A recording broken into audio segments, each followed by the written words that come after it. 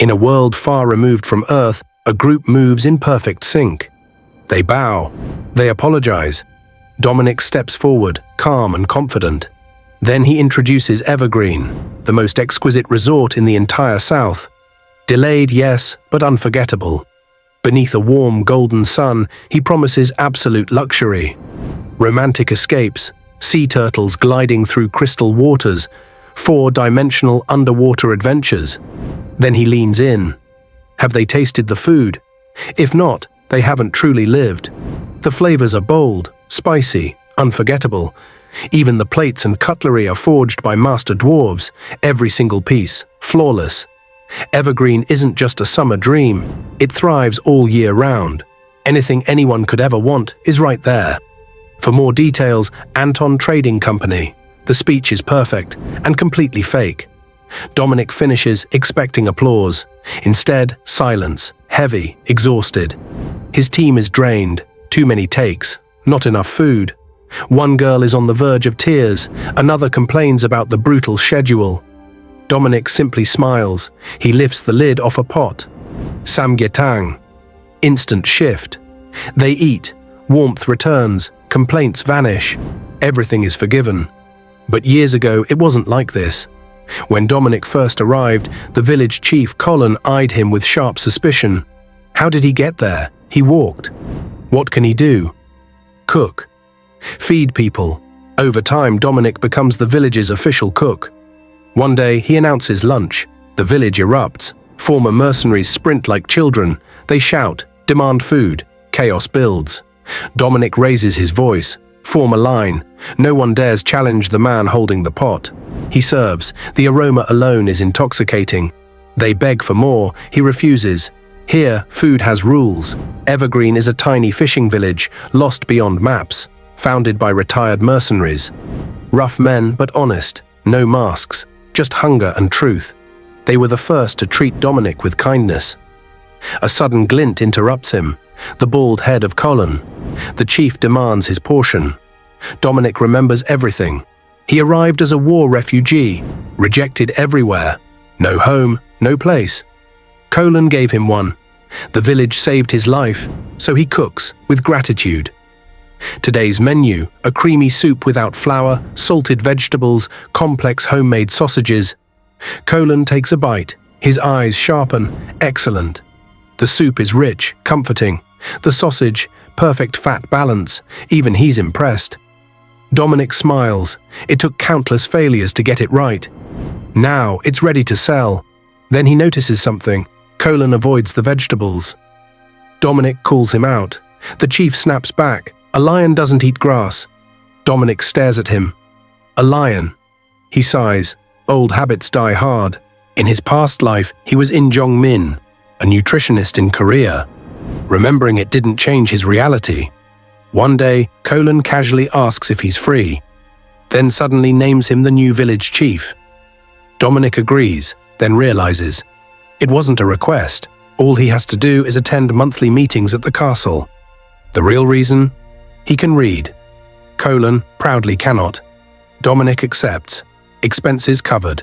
2 days later, he stands inside the feudal lord's castle, a gathering of village chiefs.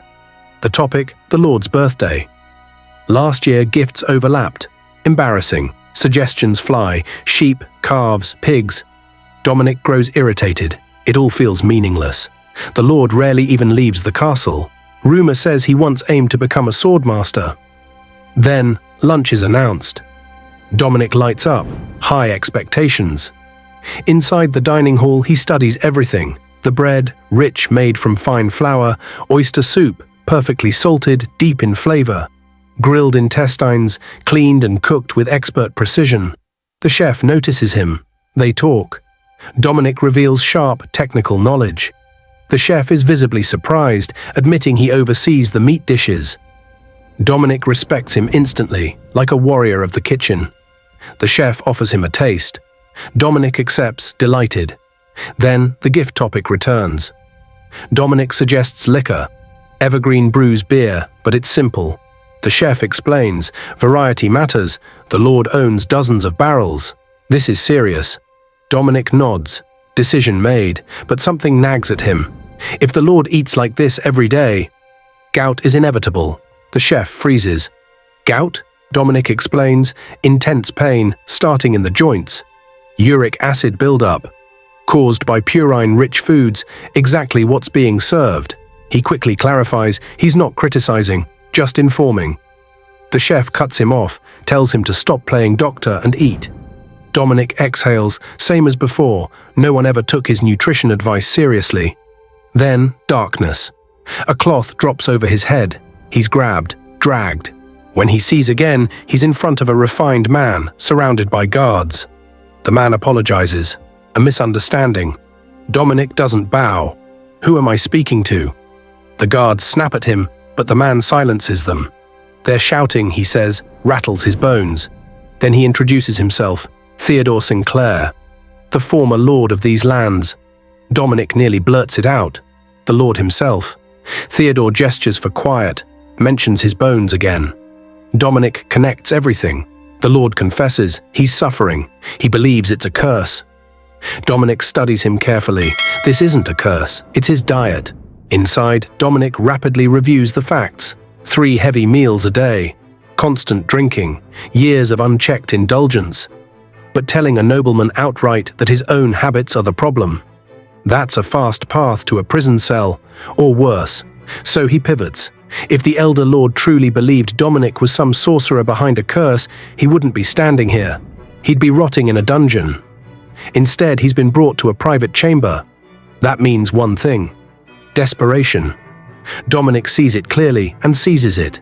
Carefully, he begins listing the symptoms. Sudden swelling, sharp stabbing pain. It strikes the toes, the ankles, especially in the dead of night or just before dawn. Then it spreads to elbows, to fingers. Even the faintest breeze can feel like torture. And just as suddenly, it vanishes, like it was never there. The elder lord's eyes widen with every word. He confirms it all. Dominic delivers the truth, calm and steady. This isn't a curse, it's a condition. Gout, the word hangs heavy in the air. The elder lord demands the cause. Dominic explains. Purines in fatty foods. Uric acid builds up when the body can't process it properly. Over time, it accumulates. Age weakens the system further, until the symptoms finally erupt. Then he steps back slightly. He's not a doctor. Just making an informed deduction. The elder lord is stunned. How could someone without medical training know all this? Dominic knows this is the turning point. So he tells a story. Measured, convincing.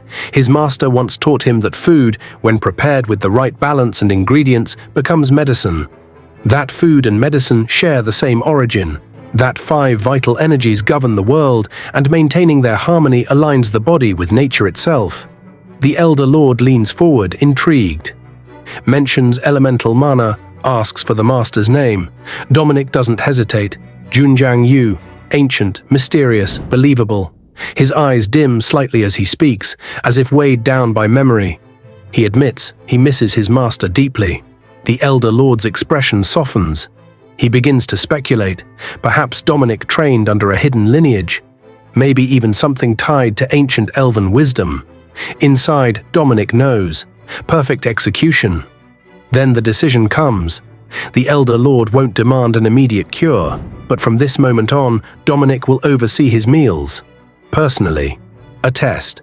Are his words truth or deception? Dominic blinks. He came for lunch. Now he's the Lord's personal dietary supervisor. As he walks through the long stone corridor, thoughts race. In his past life, he spent a year working in a hospital cafeteria, preparing meals for patients with delicate conditions. Sodium control, nutrient balance, dietary restrictions, routine work. But this is different. Now he's dealing with a powerful noble, armed guards, political weight. One mistake could cost everything. This isn't a hospital, this is survival. Step 1 is obvious. Fatty meats, gone. Alcohol, gone. The real challenge, convincing a stubborn noble that vegetables aren't poison. Just as he reaches the end of the corridor, ready to turn toward the kitchen, a voice cuts through the silence, sharp, sudden. Dominic flinches, turning fast. A knight stands there, so still he might as well be part of the wall. Dominic asks how long he's been there. The answer is calm. Long enough.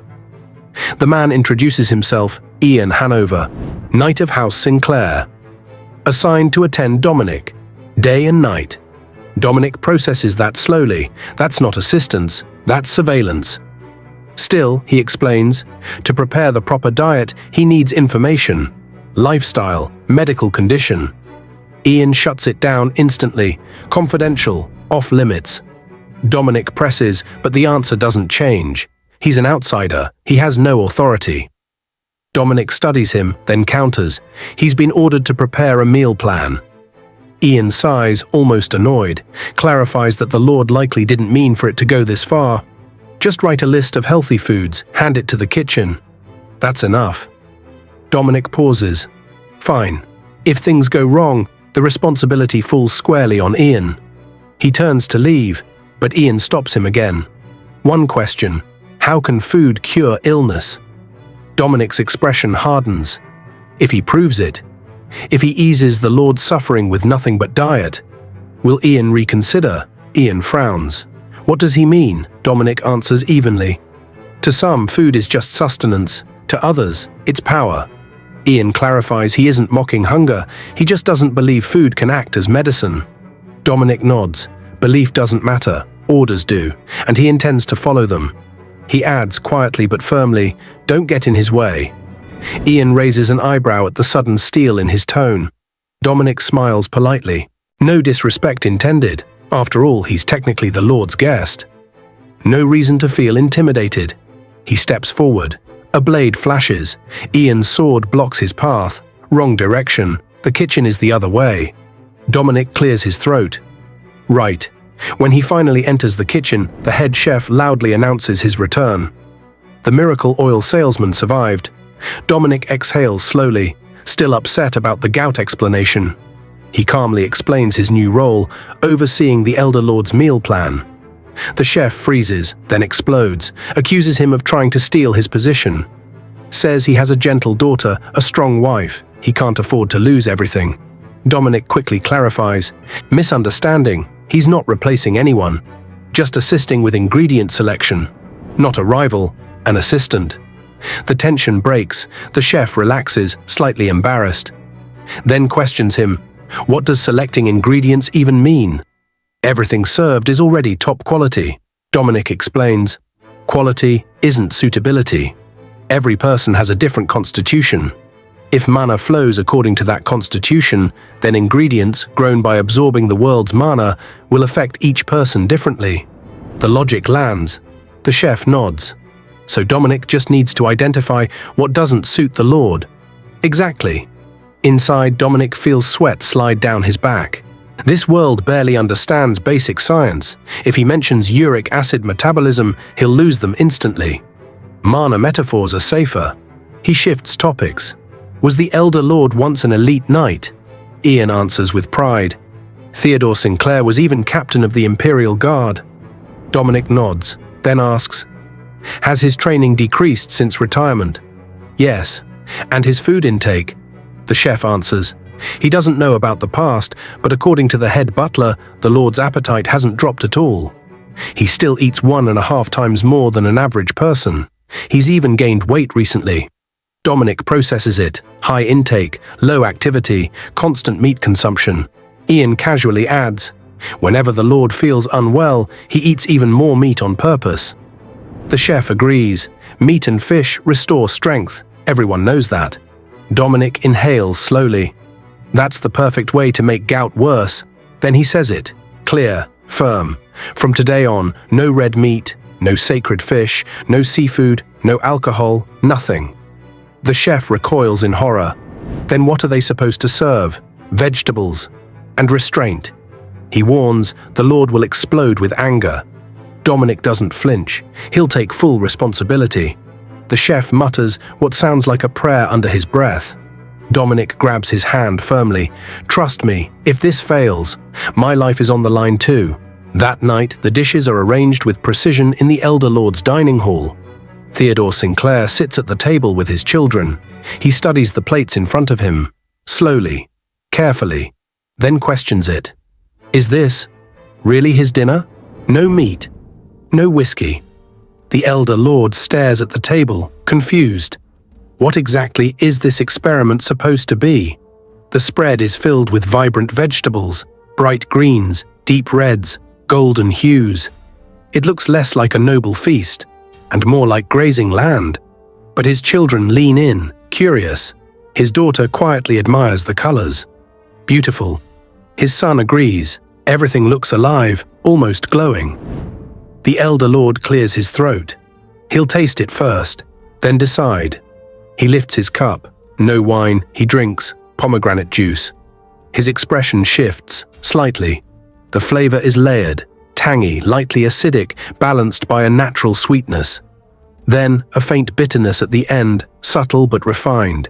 It lingers, giving it depth, almost like a fine wine.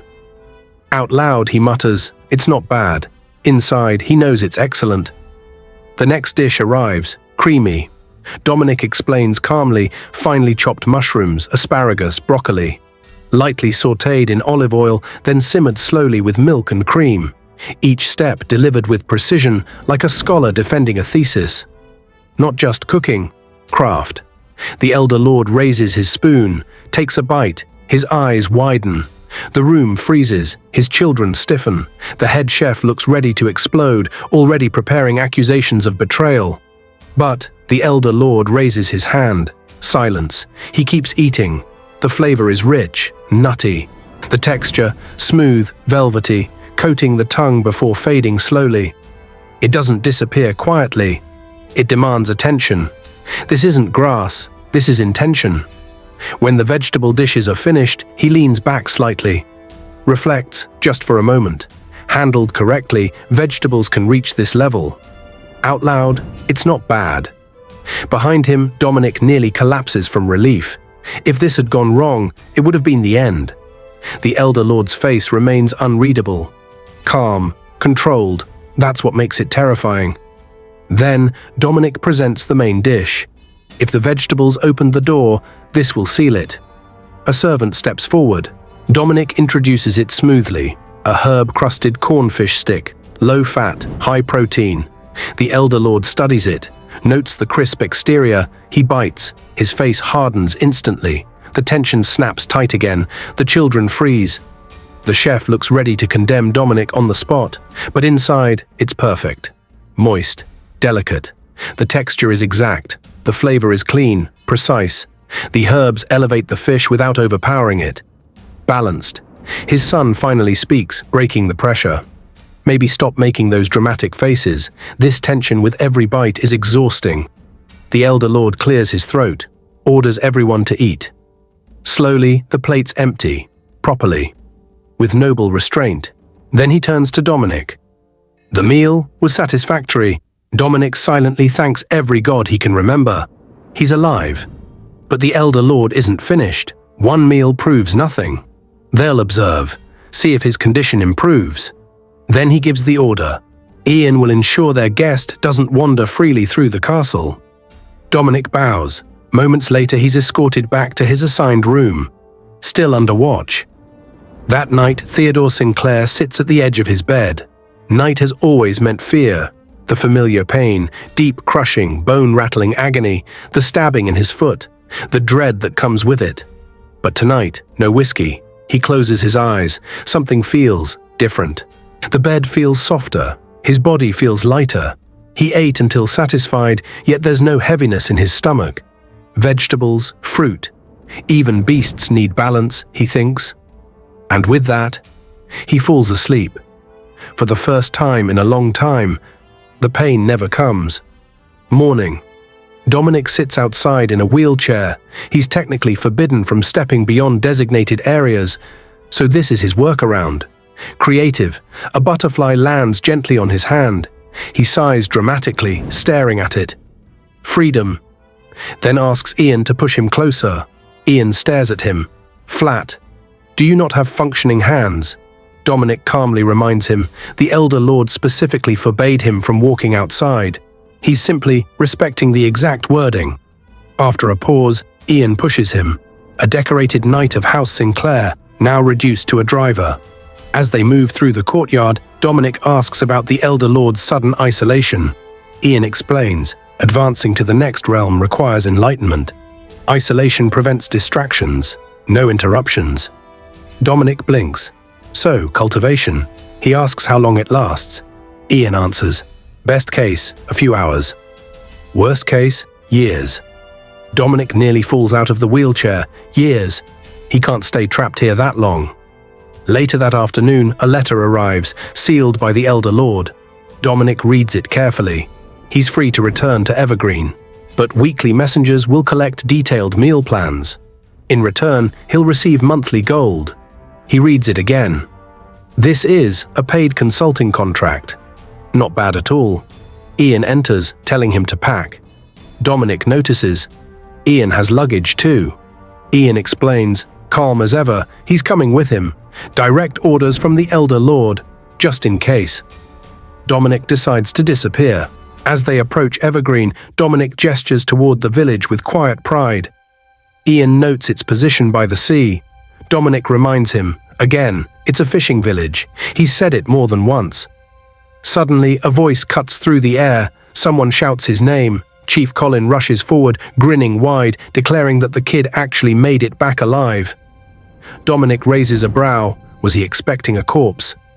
Colin waves that off immediately, urgency taking over. Something's wrong. The devil's hand has appeared in the sea. Ian stiffens instantly, repeats the name, tense. Dominic? Just confused. Colin explains, it's a type of sea plant, cultivated by farming turtles. When fully grown, it reaches 3 times the height of a man. It blocks ships. Regrows fast, and worse, the turtles guarding it drive away large fish. Ian adds that these farming turtles usually avoid populated shores. Colin scratches his head, embarrassed. He admits he was tricked into buying this land. Apparently, this problem comes back every few years. Ian and Dominic just stare at him. That's not something you admit so casually. They climb a cliff overlooking the coastline. Ian points. Dominic squints. Seaweed. Ian immediately corrects him. Firm. The devil's hand. Dominic blinks. Where he's from, that's just seaweed. For a brief second, he wonders if this is some kind of regional bias against ocean plants. Then, casually, he mentions how good it would taste. Grilled, or in soup. Ian looks horrified. Eat it? Dominic shrugs. Why not? And just like that, Colin agrees. Wonders out loud why they've never tried it before. The two of them walk off, already discussing cooking methods. Ian watches them go, silently questioning every life choice that led him here. Back in the village kitchen, Dominic examines the dried seaweed. Colin worries it might be too dried out. Dominic reassures him. Drying concentrates the umami, makes it richer. He rolls up his sleeves. Garlic minced. Green onions chopped. Perilla oil heats in the pan. Mussels hit the surface, sizzle. Rehydrated seaweed goes in next. The aroma spreads instantly, thick and savory. Ian stands off to the side, pretending not to care, but his composure slips. Dominic crushes garlic with salt and pepper into a paste, then pours rice water into the pot. Ian reacts immediately. Why add wastewater to soup? Dominic shuts that down. Rice water is essential. It binds flavors, removes bitterness, neutralizes fishy odors. Then adds, if you don't understand, just watch. Ian lowers his gaze slightly. He may not follow the explanation, but the smell says enough. This isn't nonsense. Dominic's tone softens. Unlike most knights, Ian doesn't treat commoners with contempt. He respects Colin, but he's rigid. Maybe he should try observing other cultures instead of rejecting them outright. Finally, the soup is ready. Dominic places a bowl of seaweed soup in front of Ian. Tells him to try it. Ian lifts the spoon, tastes it, and freezes. His expression shifts instantly. Eyes widen. Something clicks. This came from the devil's hand. He can't stop. Spoon after spoon, his body moves on its own. Eating faster, forgetting himself. Dominic says nothing. Instead, he turns to Colin. What do you think? Colin beams, says it's as good as ever. Immediately asks for another bowl. Dominic hands it over. Then he asks the real question. What are they going to do with the seaweed? With the devil's hand? If it tastes this good, are they really just going to throw it away? Or sell it and make money? As the carriage rolls into a small coastal village, Anton groans, glancing around with clear disappointment. Do they really have to stop here too? It looks tiny, empty. Like there's nothing worth selling. His grandfather chuckles softly. Don't judge so quickly. Even a small fishing village can grow into something much bigger. And for merchants like them, every single customer matters. Anton nods, smiling, then frowns slightly. Evergreen, was this really ever a fishing village? The name feels strange. Before he can think further, Colin approaches, greeting the old merchant warmly. The elder returns the greeting, calling him village chief. Colin immediately waves it off. He's tired of that title, says he handed it over to the young man beside him. The old merchant laughs, still as stubborn as ever. Then he gestures behind him. 3 sacks of rice. A villager rushes forward instantly. She'll buy all of them. But before anything else happens, Dominic steps forward, bows politely and asks, "Have you eaten?" Moments later, a steaming bowl is placed in front of them. The old merchant peers inside, spots something dark floating in the broth, raises a brow. What is that? Colin shrugs slightly. People say it's something like seaweed. Just try it, it'll warm you right up. Anton leans in eagerly, urging him to hurry. Says it tastes deeper than most seafood stews. The old man lifts a spoon, takes a sip, and freezes. His eyes snap wide open. That rich, layered depth, it's not from the meat. It's from that black ingredient. In that instant, his instincts scream, treasure. He steadies himself, then asks, does this seaweed have a proper name? There must be something less ominous. Colin hesitates, but before he can soften it, the answer lands clean. The devil's hand. The spoon slips from the merchant's hand, clatters to the ground. He repeats it, stunned. That sounds like something cursed. But Anton, his eyes light up. He'll buy it, trade it. His grandfather snaps his name in shock, but Anton pushes forward quickly. Exotic ingredients already sell well in the capital. People eat monster meat without hesitation. So something called the devil's hand. That tastes this good? It'll sell. Easily. He can already see the demand. The old merchant studies him, then sighs. Fine. If he's that confident, he can sell as much as he wants. Anton grins wide. Dominic asks how much they should prepare. The answer comes fast, greedy. As much as possible. Days later, inside the Lord's castle. A tired man walks the courtyard, worry etched deep into his face. His wife gave birth recently. She hasn't recovered, barely eats. Her milk isn't coming in. Then, a smell, rich, inviting. He turns. Anton stands surrounded by a small crowd, calling out loudly, offering samples, inviting everyone to try, to take some home, and quickly corrects the name, not devil's hand soup. Seaweed soup. Much better. He sells it with energy, explaining, it's a sea vegetable, supposedly eaten by farming turtles after laying eggs, especially good for pregnant women and new mothers recovering. The man stops cold. Hope flickers. Soon after, he returns home carrying a wooden box. His wife, holding their baby, asks what it is. He tells her, people say it's good for new mothers, even got the recipe. Just wait. At sunset, Anton's voice grows even louder. Seaweed for sale. Comes with perilla oil. You have to try it. The price is unbelievably low. Then he sees the man again, running toward him, excited. His wife regained her strength. Her milk is flowing again. He demands 2 packs. No, 3. Others rush in too, asking for some, for milk production, for recovery, for family. Anton smiles brightly. But inside, at this rate, they'll run out fast. They need more supply. Back in the village kitchen, Dominic stands over a boiling pot. Anton watches in awe. The young chief even knows things like this? Dominic inhales the aroma, then suddenly lights up, pure excitement bursting out. He did it. Finally. Teokbokki. He laughs, almost giddy. Never thought he'd make it here. Rice used to be too expensive. But now, they can afford it. He looks satisfied. The seaweed is selling better than expected. Anton keeps asking for more shipments. For a while, everyone will eat well. Then, a voice behind him. Ian. The pot is overflowing, and that spicy smell, it's incredible. Dominic casually offers him a bite, says tteokbokki should be eaten like this. Go on, try it. Ian accepts, thanks him. For a brief moment, things feel calm. Then, the door slams open. A soldier storms in, shouting Dominic's full name. Dominic, Chief of Evergreen, summoned. By order of the Lord. A scroll is unfurled. Count Sinclair commands his immediate presence at the castle. Soldiers have been sent. Refusal will not be tolerated. Ian frowns. He's never received orders like this before. Something's off. He questions the soldier.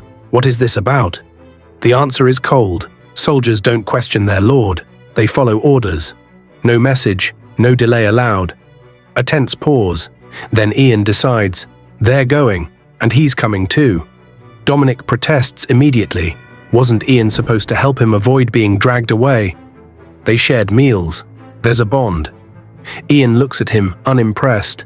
Don't be dense. If this were punishment, it would have happened already. This is urgent. The Lord wants him quickly. So move. Dominic tries one last time. At least let him finish his food. Ian shuts it down. He can eat later. Get up. Dominic falls silent. Then he notices the empty bowl beside Ian. It's already gone. Ian finished it. While he was arguing, moments later, the two walk through the grand halls of Sinclair Castle. Silence stretches between them, heavy, tight. They enter the audience chamber. At the far end, the Count. Patrick Sinclair, Dominic and Ian bow deeply. Patrick calmly tells them to raise their heads. Inside, Dominic panics. Is this about the tteokbokki? But instead, Patrick lifts something, black, familiar, seaweed. He says he's heard Dominic is the supplier, then asks, is the story true? About the devil's hand? Dominic stands still, answers carefully. In his homeland, people cook this seaweed and serve it to women after childbirth. Inside, he admits the truth. He's never actually seen a sea turtle eat it. Dominic steadies himself. The seaweed really is good for postpartum recovery.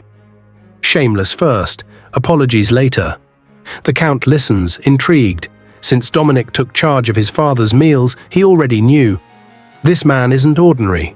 He remarks that Dominic's homeland must be unusual. Then he turns to Hanover. What's your evaluation? Dominic freezes inside, silently begs, say something good. A pause. Then, Hanover speaks. Dominic understands ingredients deeply. He sees the world without prejudice. He has the courage to stand by his beliefs, regardless of rank. And more importantly, he knows how to balance ideals with reality. He gets results. Anywhere he goes, he'll be useful. Dominic blinks. That was not expected. The Count nods. If someone as strict as Hanover approves, there's little left to question. Then he reveals the real reason. His wife recently gave birth, a precious son. Dominic congratulates him immediately, but the Count rubs his temple, tension creeping in. 2 days have passed, and she still hasn't left her room. He wants Dominic to handle her postnatal care. Dominic freezes completely. For a split second he sees it. Glory, steady pay, a comfortable future. Then reality shatters it. Angry shouting erupts from behind the door. The Countess, Monica, refusing everything. Someone tries to calm her, just listen please, but she snaps back. She needs nothing. Bringing in a cook while she's suffering? It feels like mockery. Dominic watches his easy money vanish in real time. He turns to a maid, lowering his voice. Has she always been this sensitive? The maid apologizes. The Countess hasn't had an appetite. She's been locked inside since giving birth. Dominic listens. Then, something clicks, a memory surfaces. Visiting his sister after childbirth, the way her body changed. The swelling. Postpartum edema. He asks directly, is she severely swollen? The maid flinches. How did he know? Dominic explains calmly. After childbirth, the body retains water and fat to support milk production. Diet is critical. He can help. The maid rushes inside to relay the message. As they wait, Hanover speaks quietly. Whenever he reported to his father, he always mentioned Dominic's strengths, never his flaws. He believes Dominic can solve this too. Dominic glances at him surprised. Are they becoming friends? Then immediately ruins the thought. No, it's probably the Teokboki. The door finally opens. They're allowed in. Monica sits on the bed, distressed, pale, her body visibly swollen. But she says she trusts him. He's been handling the elder lord's meals. Dominic studies her condition. Severe, her pride has taken a hit. And worse, this could spiral into postpartum depression. She admits she's already been eating less, still gaining weight. She grips her clothes, frustrated. Does that mean she has to eat even less? Dominic answers firmly, no, you need to eat. She snaps instantly. Is he mocking her? Lose weight while eating more. Dominic doesn't flinch. What he's giving her isn't just food, it's treatment, like a healer's medicine. If she follows his instructions exactly, she can return to her original shape. Then he asks for one thing, absolute compliance. Monica hesitates, then exhales. She has no other option. 3 weeks, until the blessing ceremony. Dominic accepts without hesitation. Later, walking with Hanover, Dominic thinks it through. Reducing swelling is only part of it. She also needs to regain her figure and maintain strength for breastfeeding. Too many variables, too much at once. Hanover responds simply. When he trains, he focuses on one step at a time. That's how he reaches his goals. Dominic stops. He's been overcomplicating everything. The final goal hasn't changed. But right now, focus on the swelling. That's it. He decides the diet plan and quietly admits Hanover can be useful. The next morning, Monica's breakfast is served, carefully arranged, brown rice with beans, soybean soup with perilla seeds, warm salad, braised lotus root with peanuts, salted grilled dried fish, seasoned radish, and beside it, a cup of pumpkin broth. The maid explains. Dominic insisted she drink 1 cup after every meal. It reduces swelling, flushes waste, supports digestion, aids recovery. Monica stares at the table. This is strange. She takes a bite, frowns. Everything tastes bland, like her palate has been dulled. The maid explains, it's intentional. Light seasoning helps reduce swelling faster. Monica keeps eating, slowly. Then, for the first time in days, she finishes an entire meal. She exhales. Sleepy, she wants to lie down. The maid hesitates. Dominic gave instructions. A light walk, 30 minutes. Monica stiffens, then reminds herself she agreed.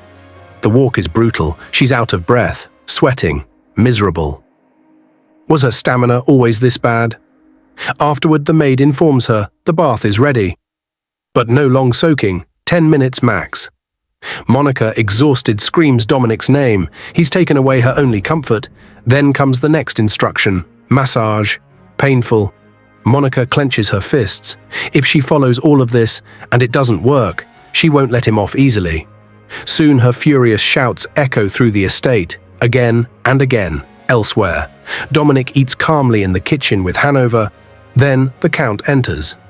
A slightly awkward smile on his face, asks if he's interrupting, admits it, the smell of the food was impossible to ignore, and asks if he can join them. As they eat, the Count begins to speak. About Monica, he recalls the first time he saw her, at a banquet just after his father returned from the capital. Love at first sight, immediate, intense. Not long after, they promised their lives to each other and married. He says he still remembers that moment vividly, but his tone darkens. After his father stepped down, he inherited the territory. Then, by the goddess's blessing, Monica became pregnant soon after.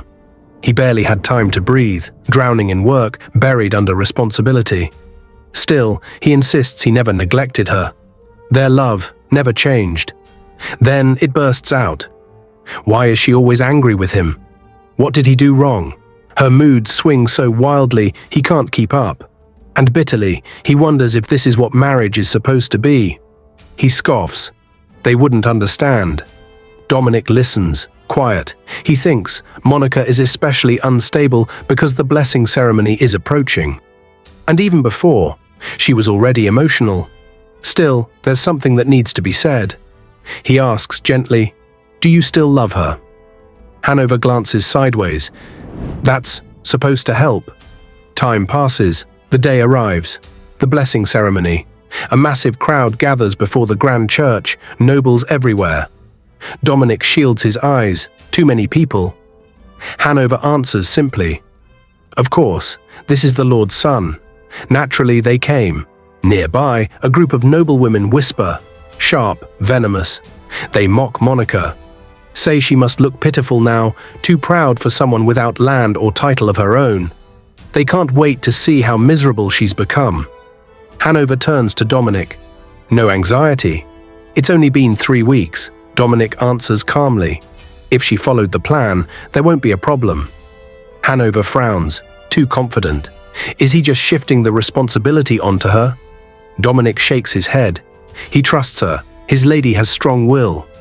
They corrected both diet and lifestyle. Results come fast. Swelling that appears quickly can disappear just as fast.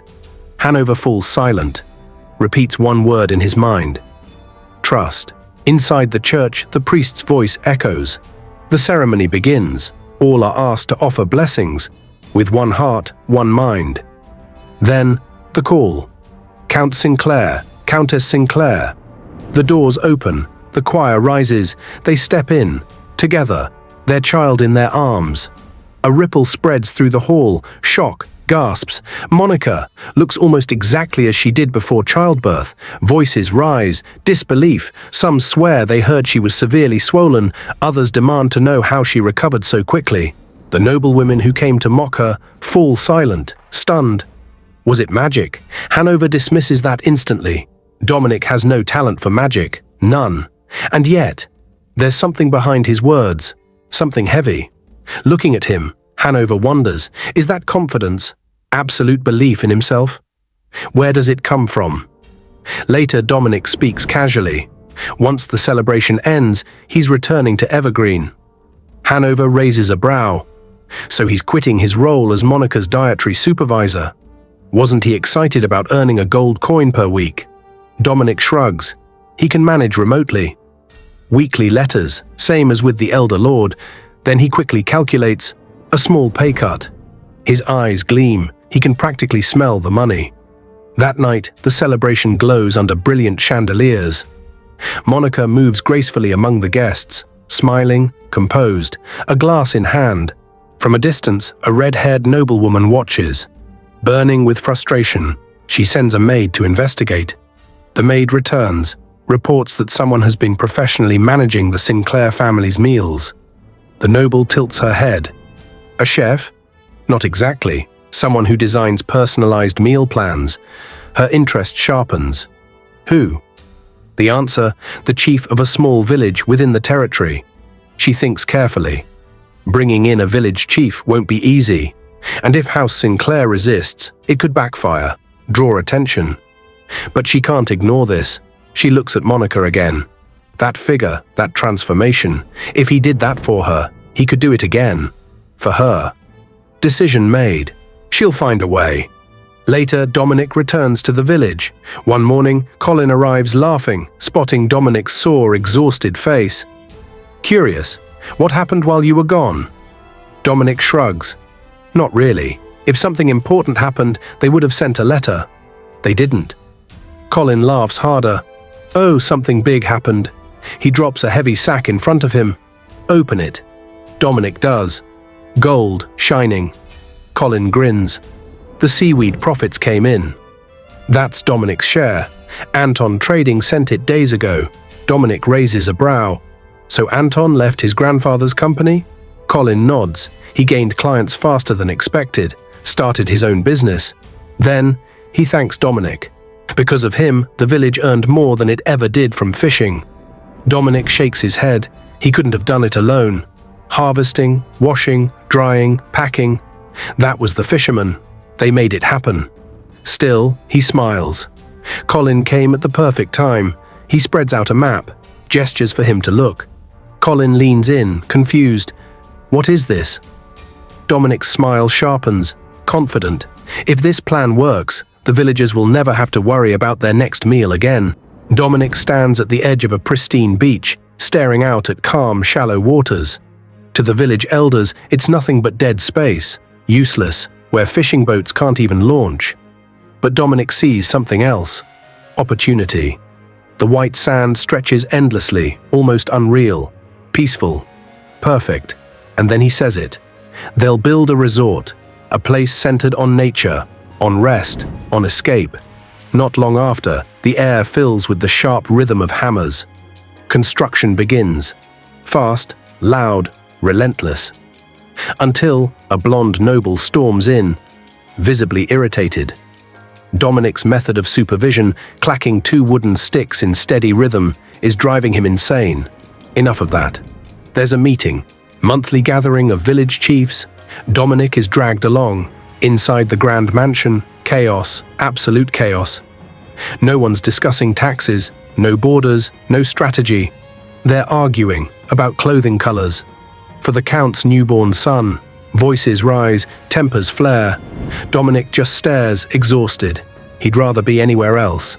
Then a maid announces, "The Lord will give a speech and share lunch with the soldiers training outside." The room lights up instantly. Excitement. Dominic? Just a quiet sigh. Of course, he's part of the audience. They move toward the training grounds, and that's when Dominic notices him. A young soldier, red hair, Mickey.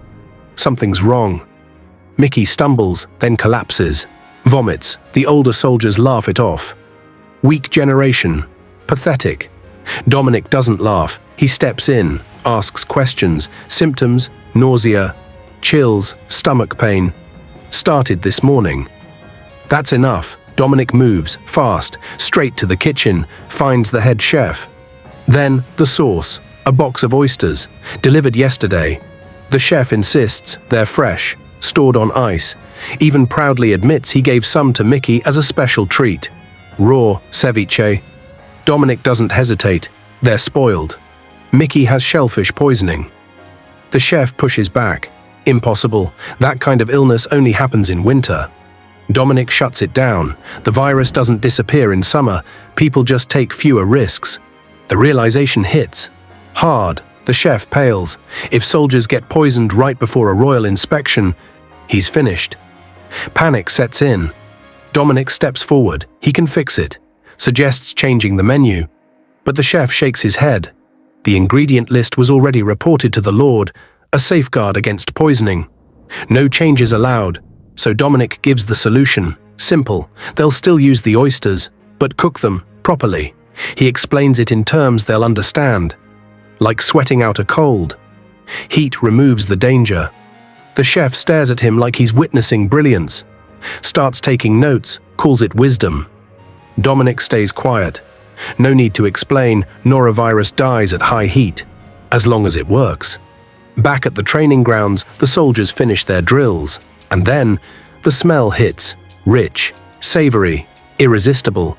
It spreads through the air, impossible to ignore. The Lord stops mid-step, eyes narrowing. What is that smell? Inside the bustling castle kitchen, Dominic takes control. Sharp, decisive, absolute. Like a seasoned commander. He orders fresh oysters coated in beaten egg, then dropped into hot oil.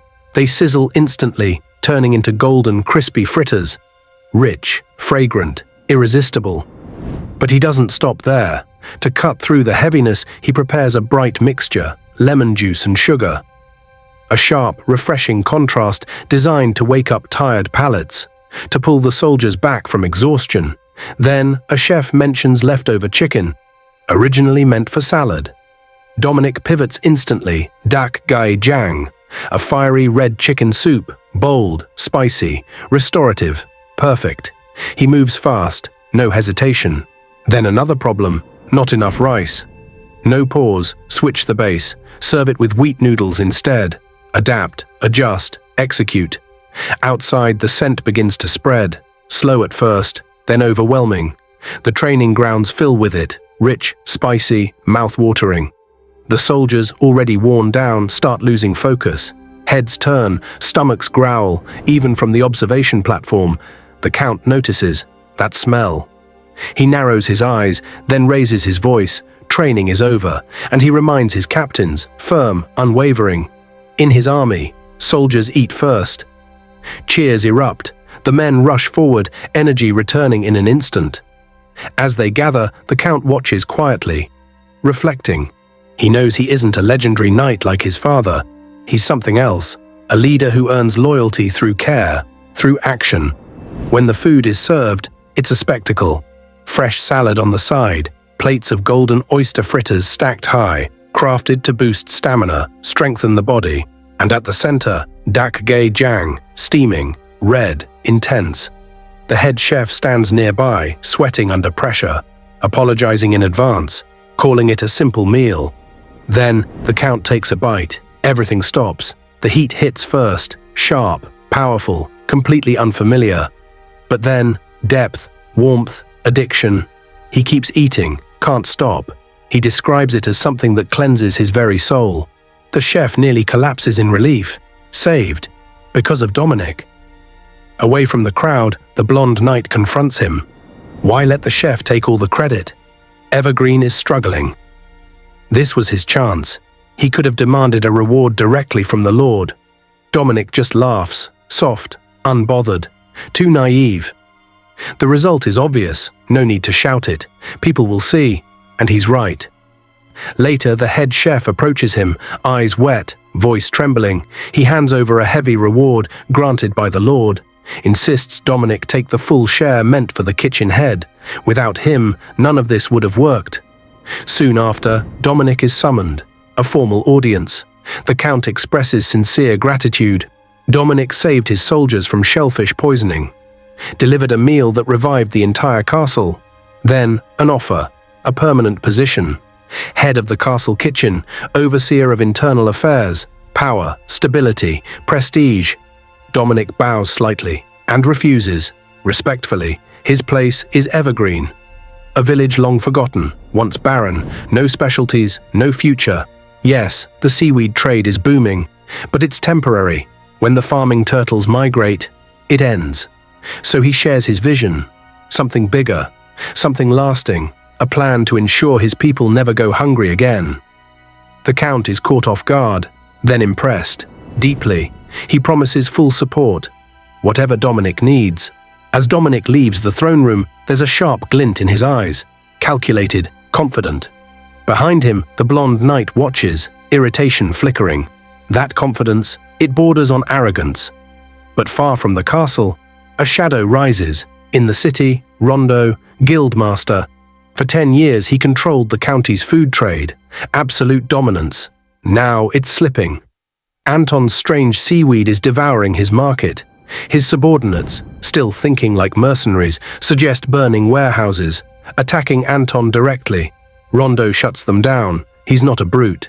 But then he learns the truth. A young village chief, from Evergreen. The one who made that weed edible. Rondo's eyes darken, cold, dangerous. Find him, destroy him, take everything, no matter the cost. Dominic's food empire has only just begun to rise, and already a predator is hunting it from the shadows. But Rondo doesn't understand. This prey doesn't fight with brute force, it uses something far more dangerous. Dominic smiles faintly. If you want to see how this turns into a feast, stay until the end.